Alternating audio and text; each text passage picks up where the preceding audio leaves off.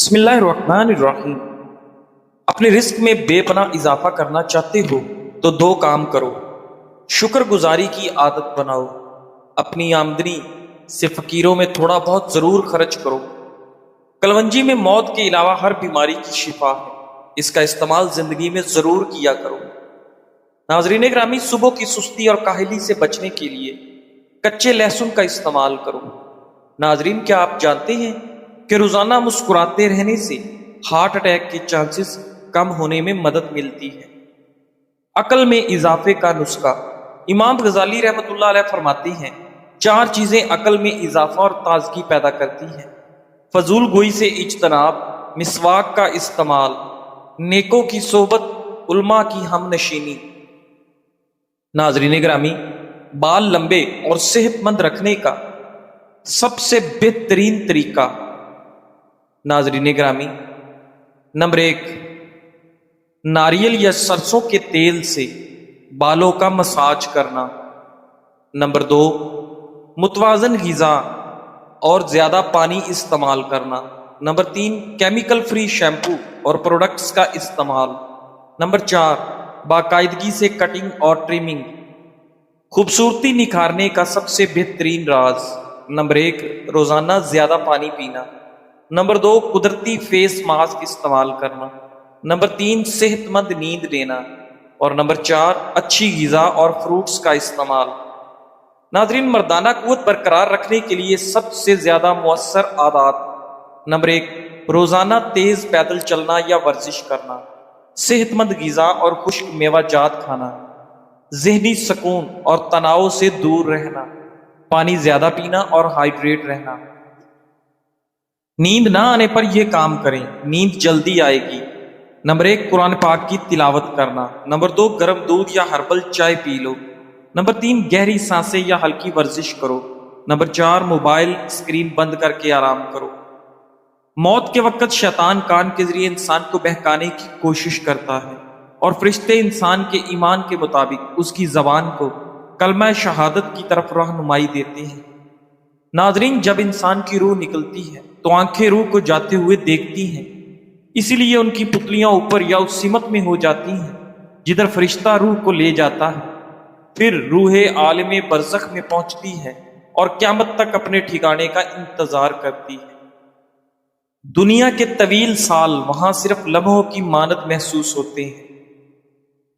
ناظرین، سوتی کپڑے پر نمک چھڑک کر غیر ضروری بالوں پر رگڑنے سے اس کی افزائش کم ہو جاتی ہے۔ معدے کی تیزابیت سے بچنا ہے تو کھانا تھوڑا کھاؤ۔ ناظرین گرامی، جسمانی کمزوری بڑھ جائے تو کھجور دودھ میں ڈال کر رات بھر بھگو کر رکھیں، صبح کھجور کھا کر دودھ پی لیں۔ ناظرین گرامی، بینگن کی سبزی کھانے سے آپ کا خون کبھی گاڑھا نہیں ہوتا۔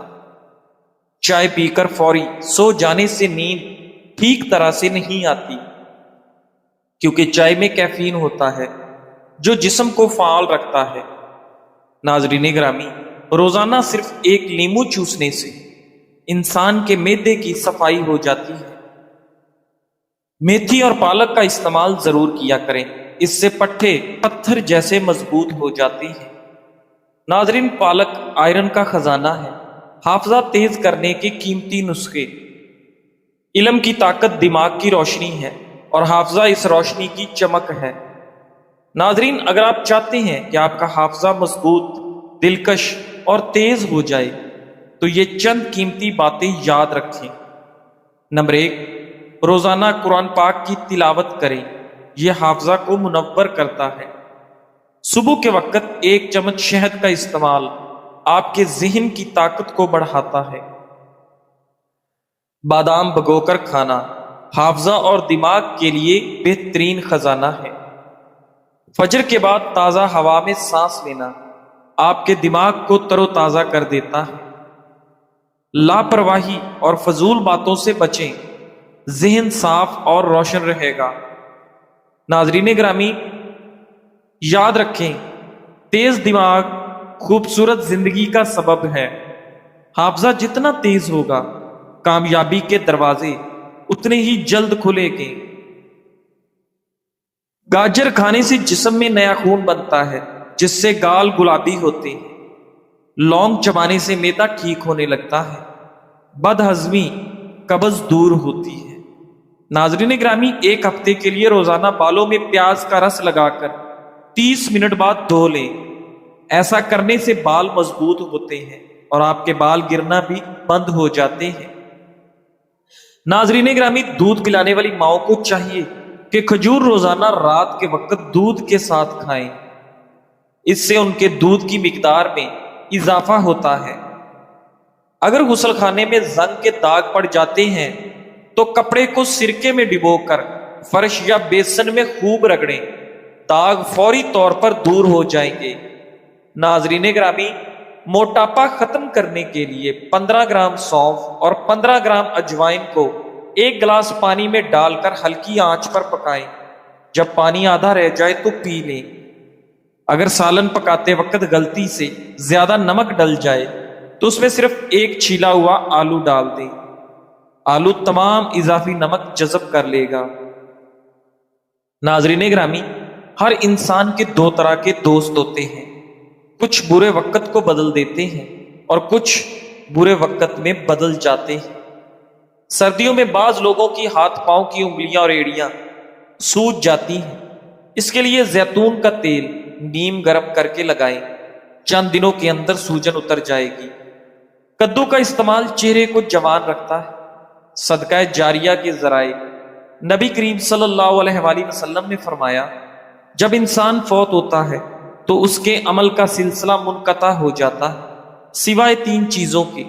نمبر 1 صدقہ جاریہ، نمبر 2 ایسا علم جس سے لوگ فائدہ اٹھائیں، نمبر 3 نیک اولاد جو اس کے لیے دعا کرے۔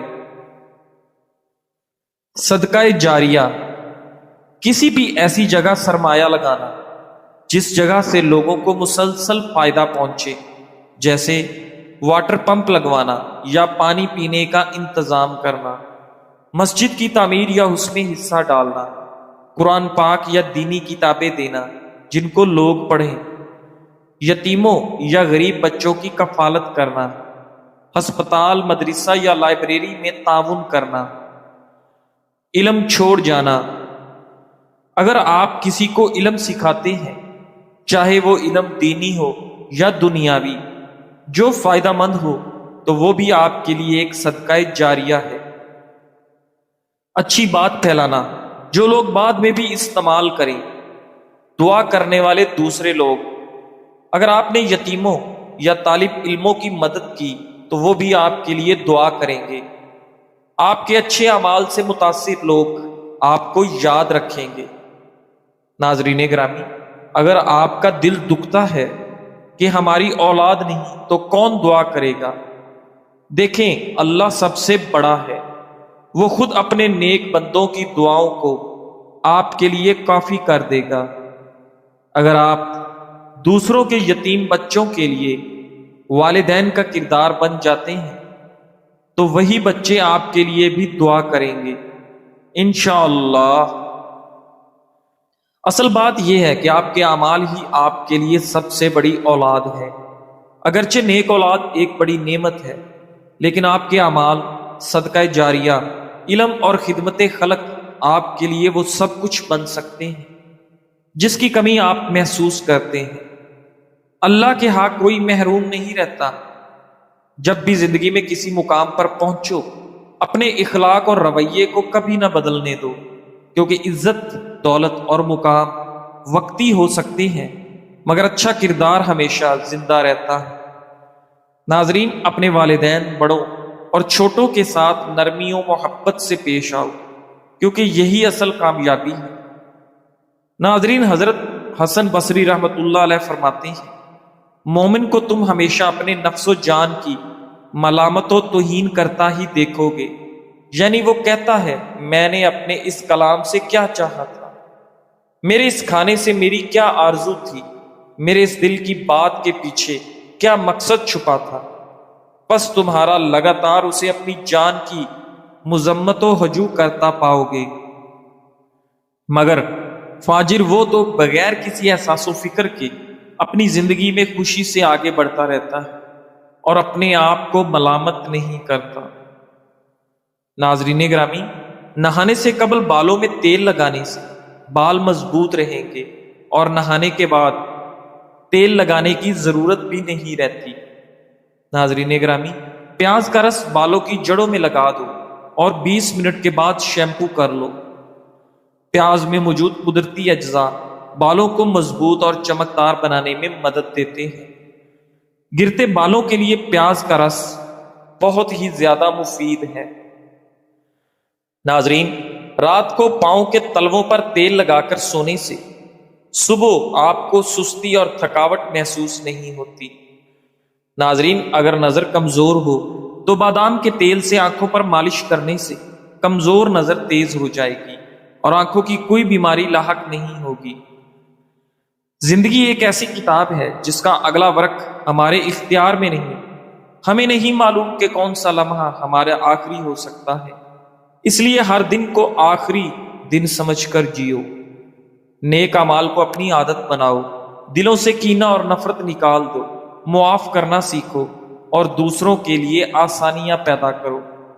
یاد رکھو، دولت، شہرت اور مقام سب یہی رہ جانا ہے، صرف نیک عمل اور پاک دل ہی کل ہمارے ساتھ قبر تک جائے گا۔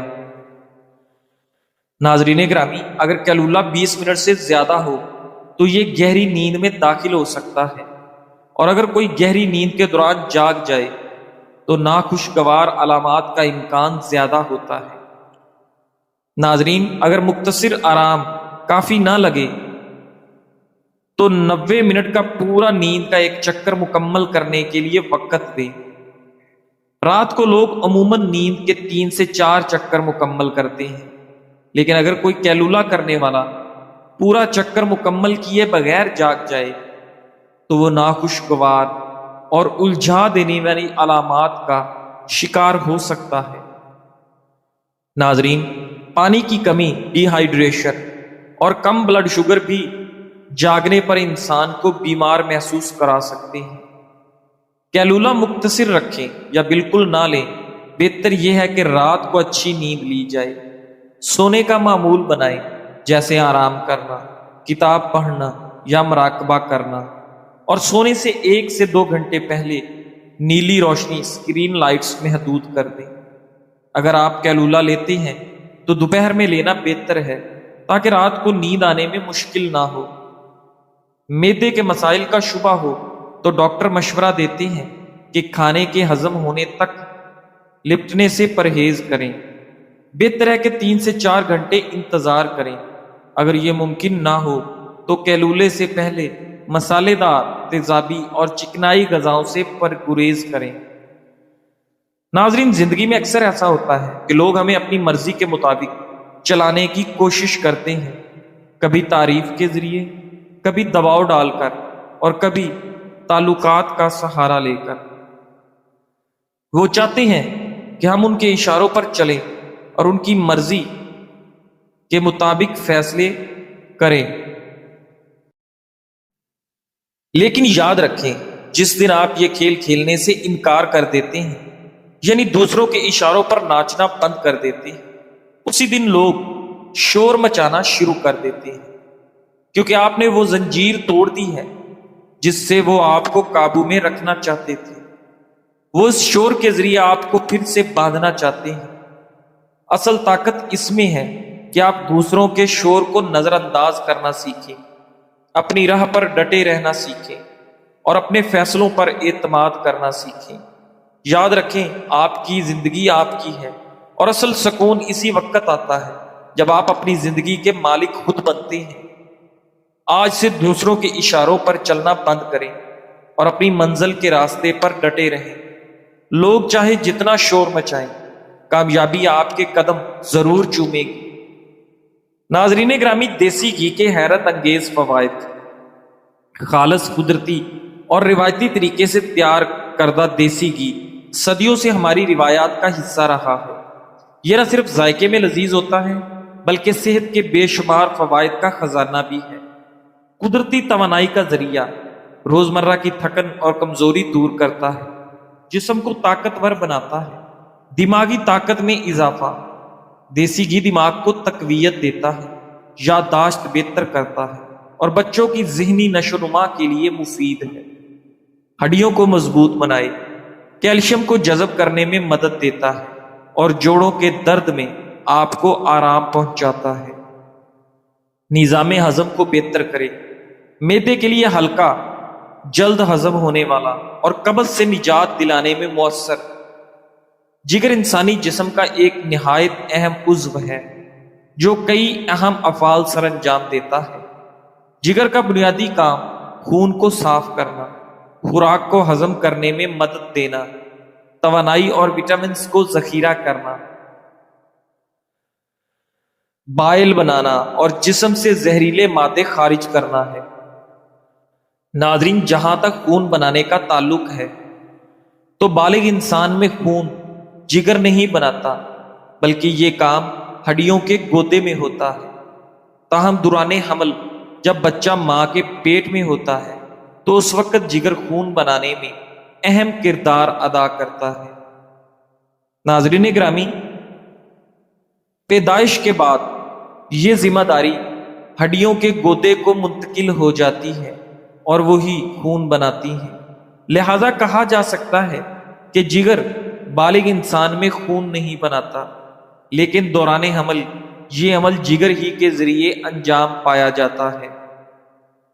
ایک ماں 9 مہینے تک بچے کا وزن برداشت کرتی ہے، پھر بچے کی پیدائش کی سختی برداشت کرتی ہے، دودھ کا خیال رکھتی ہے، اسے ہر طرح کی مشکل سے بچاتی ہے۔ کیا ماں کا نعم البدل دنیا میں موجود ہے؟ کیا ہم اپنی ماں کا حق ادا کر سکتے ہیں؟ جس کے لیے ماں باپ سے بغاوت کرتے ہو، اس محبوب کی محبت کا اس وقت پتہ چلتا ہے، خدا نہ خواستہ جب آپ لنگڑے یا اپاہج ہو جاؤ اور وہ آپ سے شادی پر راضی ہو۔ میرے خیال سے اس وقت آپ کو ماں باپ ہی اپنا سکتے ہیں، محبوب نہیں۔ رشتے ترازو میں نہیں تولے جاتے، تولنے بیٹھو گے تو تمہارا ترازو ہمیشہ تمہیں ہی بھاری ثابت کرے گا۔ ناظرین گرامی، اس لیے رشتوں میں مقابلہ نہیں بلکہ احساس کا عنصر شامل کریں۔ الفاظ استعمال کرتے وقت ایسے ہی احتیاط کریں جیسے مچھلی کھاتے وقت کانٹوں سے کرتے ہیں۔ ناظرین گرامی، کیونکہ یہ سچ ہے، کانٹے تو صرف جسم کو تکلیف دیتے ہیں، لیکن الفاظ دلوں کو چیر دیتے ہیں۔ اپنی زندگی ایسے گزاریں کہ ضمیر مطمئن رہے، چاہے دنیا خوش ہو یا نہیں۔ معاشرے کے بدلتے معیار اور لوگوں کی رائے کبھی ختم نہیں ہوتی، مگر آپ کی روح کی سکون سب سے قیمتی ہے۔ یاد رکھیں، جو لوگ سب کو خوش کرنے نکلتے ہیں وہ خود کو کھو دیتے ہیں۔ جزاک اللہ۔